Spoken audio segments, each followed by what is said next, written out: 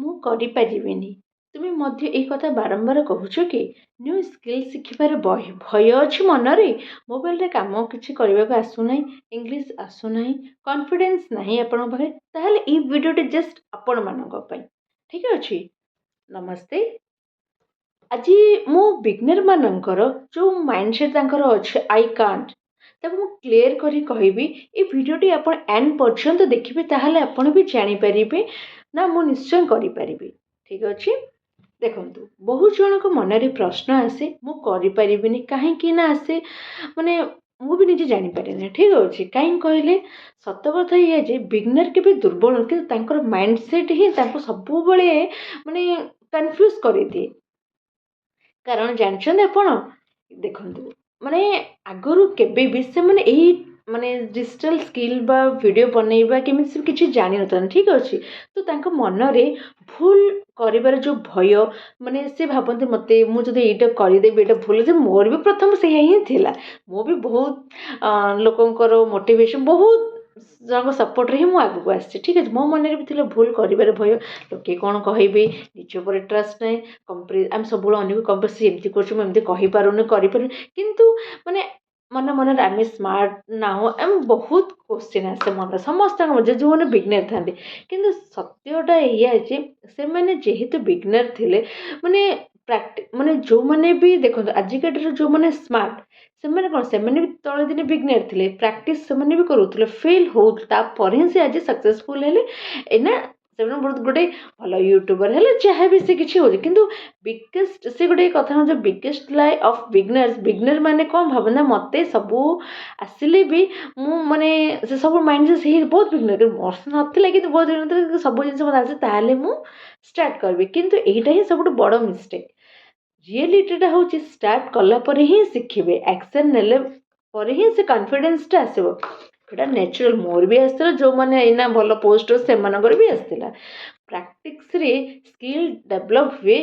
ମାନେ ଏମାନେ ନୁହେଁ ଯେ ପୁରା ସ୍କିଲ୍ଟା କମ୍ପ୍ଲିଟ୍ ଆସିଲା ପରେ ଆମେ କହୁଛୁ ନା, ଆମେ ବି ଏଇଟା ମୁଁ ବି ଯେତେବେଳେ ଦେଖିବି, ମୋର ବି ନ୍ୟୁ ଭିଡ଼ିଓ ଗୋଟେ ଦେଖିବି, ଯେ ସ୍କ୍ରୋଲ୍ କରି କରି ତଳ ଭିଡ଼ିଓ ଗୁଡ଼ାକ ଯାଇ ଆପଣ ଦେଖିବେ, ମୋର ବି ସେ କହିବା କନଫିଡେନ୍ସ ନଥିଲା, ବହୁତ ପ୍ରୋବ୍ଲେମ୍। କିନ୍ତୁ ତାଠୁ ବେଟର୍ ମୁଁ କିଛି ଏଇନା କହିପାରୁଛି କ୍ୟାମେରା ଆଗରେ।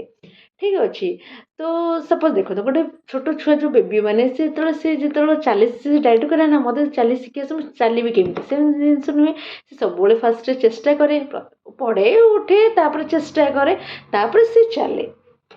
ଇଏ ମାନେ ମାଇଣ୍ଡସେଟ୍ କି ସେ କୁହେ କି ନା ମୁଁ ଡାଇରେକ୍ଟ ଚାଲି ଶିଖିଲେ ହିଁ ଚାଲିବି, ମୋତେ ଚାଲା ଆସେ ମୁଁ ଚାଲିବିନି, ସେ ନୁହେଁ ନା। ତ ଠିକ୍ ସେହିପରି ସମସ୍ତେ ସେଇଆ, ପ୍ରଥମେ ଫାର୍ଷ୍ଟ ଆମକୁ ଶିଖିବାକୁ ହିଁ ପଡ଼ିବ।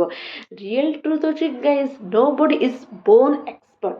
ଠିକ୍ ଅଛି? ଯେଉଁମାନେ ଟୁଡେ ଆଜି ସକ୍ସେସଫୁଲ୍, ସେମାନେ କି ଜନ୍ମଠୁ ହିଁ ଏକ୍ସପର୍ଟ ହେଇକି ଜନ୍ମ ହେଇନଥିଲେ। ଠିକ୍ ଅଛି?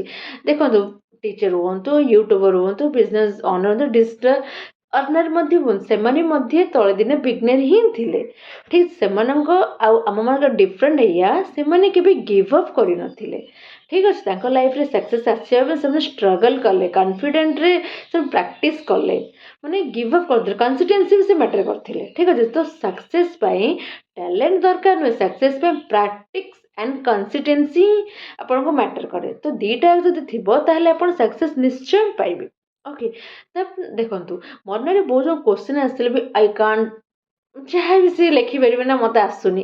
ତ ସେମିତି ନୁହେଁ, ଆଇ କାନ୍ ମାନେ ମୁଁ କରିପାରିବି, ଏହି ଜିନିଷଟା ହିଁ ସବୁବେଳେ ମନରେ ଆଣିବେ। ଡେଲି 20 ମିନିଟ୍ 30 ମିନିଟ୍ ଆପଣ ଲର୍ଣ୍ଣିଂ ହିଁ କରିଦେବେ। ତାପରେ ଛୋଟ ଛୋଟ ଗୋଟେ ଷ୍ଟେପ୍ ନେବେ, ଆଜି ଏତିକି ଟପିକ୍ କହିବେ, କାଲି ଆଉ ଟିକେ ଟପିକ୍, ତ ଷ୍ଟେପ୍ ବାଇ ଷ୍ଟେପ୍ ଯେତେବେଳେ ଆପଣ ପ୍ରୋଗ୍ରେସ୍ କରିବେ, ଆପଣ ଦିନେ ଦେଖିବେ, ଯଦି 1 ଇୟର୍ସ ପରେ ଦେଖିଲେ ବହୁତ ଇମ୍ପ୍ରୁଭ୍ କରିଯାଇଥିବେ। ଠିକ୍ ଅଛି?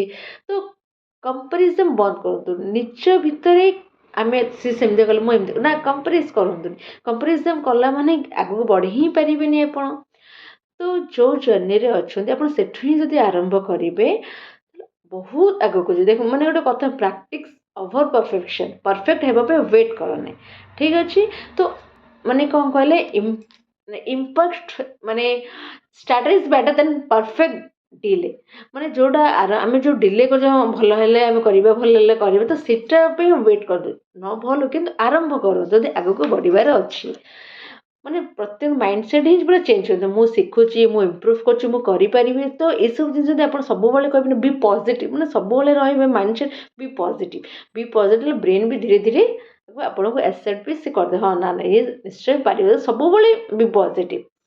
ତ ସ୍ପେଶାଲି ହାଉସ୍ ୱାଇଫ୍ ମାନେ, ବିଗନର୍ ମାନେ, ସେମାନେ ସବୁବେଳେ ଘରେ ରହିଲେ ମାନେ ବହୁତ ସମୟ ଭାବନ୍ତି କି ମୋର ଏଜ୍ ହେଇଗଲା, ଆମକୁ ଟେକ୍ନୋଲୋଜି ଆସୁନି, ଆମେ ସିମ୍ପଲ୍ ହାଉସ୍ ୱାଇଫ୍, ଆମେ କିଛି ଜାଣିନୁ, ଆମେ ବହୁତ ଖାଲି ଘରେ କାମ କରିକି ରହିଯାଇଛୁ, ବହୁତ ୱିକ୍ ଆମେ, ଏଇସବୁ ନଲେଜ୍ ଟୋଟାଲି ନାହିଁ ଆମ ପାଖରେ। ତ ଏସବୁ ଜିନିଷ କହିବା ବନ୍ଦ ହଉತು। ମାନେ ହାଉସ୍ ୱାଇଫ୍ ମାନେ ହିଁ ତ ସବୁବେଳେ ମାନେ କୁହନ୍ତି ନା, ଆମେମାନେ ହିଁ କ'ଣ, ମୁଁ ବି ଗୋଟେ ହାଉସ୍ ୱାଇଫ୍। ତ ମୁଁ କ'ଣ ସବୁବେଳେ ନା, ଆମେ ହେଉଛି ମଲ୍ଟି ଟାସ୍କିଂ କୁଇନ୍ସ। ଘରେ ସମ୍ଭାଳି ବି ପାରୁ ଆମେ, ତା ସହିତ କିଡ଼୍ସକୁ ବି, ସବୁ ପିଲାମାନଙ୍କୁ ବି ସମ୍ଭାଳୁ, ତାପରେ ଆମ ଘରର କେମିତି କ'ଣ ବସ ତାକୁ ବି ଆମେ ଇଏ କରୁ, ତାପରେ କୁକିଂରେ ବି ଏକ୍ସପର୍ଟ। ତ ଏବେ ସ୍କିଲ୍ କାହିଁକି ଆମେ ଶିଖିପାରିବାନି କହିଲେ? ଫାଇନାଲି ମାନେ ମାଇଣ୍ଡ ହିଁ ଆପଣ ଚେଞ୍ଜ କରିଦେବେ କି ନା, ସେସବୁ ଜିନିଷ କରିପାରୁଛନ୍ତି ମାନେ ମୁଁ ବି ସ୍କିଲ୍ ଶିଖିପାରିବି। ମାନେ skill does not need talent, it needs decision. ଆପଣ ଗୋଟେ ଡିସିସନ୍ ଯଦି ନେବେ, ଅଟୋମେଟିକ୍ ଆପଣ ସ୍କିଲ୍ ଶିଖିପାରିବେ। ଡିସିସନ୍ ନେବାଟା ହେଉଛି ମେନ୍ ଆମ ଲାଇଫ୍କୁ ଚେଞ୍ଜ କରିବାର। ଠିକ୍ ଅଛି। ତ ମୁଁ ଟ୍ରାଏ କଲେ ଶିଖିପାରିବି, ଇମ୍ପ୍ରୁଭ୍ କରିବି, କନଫିଡେନ୍ସ ବିଲ୍ଡ ହେବ, ସକ୍ସେସ୍ ଆସିବ। ଏଇଟା ସମସ୍ତଙ୍କ ମାଇଣ୍ଡସେଟ୍ କରିଦେବା ଦରକାର। ତାହେଲେ ହିଁ ଯେଉଁ ବିଗନର୍ ମାନଙ୍କର ଯେଉଁ ମନରେ ଡାଉଟ୍, ସେ ଆରାମସେ ଧୀରେ ଧୀରେ କଟିଯିବ। ତ ଯଦି ଆପଣ ନିଜେ ବିଗନର୍, ମନରେ ଯେଉଁ ଡାଉଟ୍ ଅଛି, ମୁଁ ଷ୍ଟାର୍ଟ କରିପାରୁନି, ଷ୍ଟାର୍ଟ କରିବା ପାଇଁ ଚାହୁଁଛି, ତାହେଲେ ଆପଣ ନିଜେ କମେଣ୍ଟରେ ଲେଖନ୍ତୁ, ମୁଁ କରିପାରିବି। ଭିଡ଼ିଓଟି ଯଦି ହେଲ୍ପଫୁଲ୍ ଲାଗିଥାଏ, ଲାଇକ୍, ସେୟାର, ସବସ୍କ୍ରାଇବ୍ କରିଦେବେ ଏବଂ ଆଗକୁ ବଢ଼ିବାରେ ନିଶ୍ଚୟ ଗୋଟେ ଷ୍ଟେପ୍ ଆଗକୁ ବଢ଼ନ୍ତୁ। ହଁ, ଆମେ ବି ଆଜି କରିପାରିବୁ। ଠିକ୍ ଅଛି।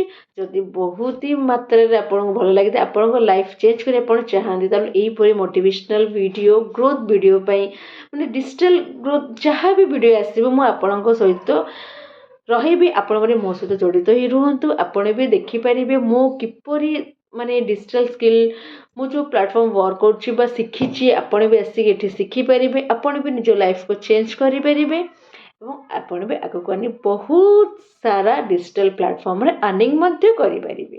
ରହିଲି।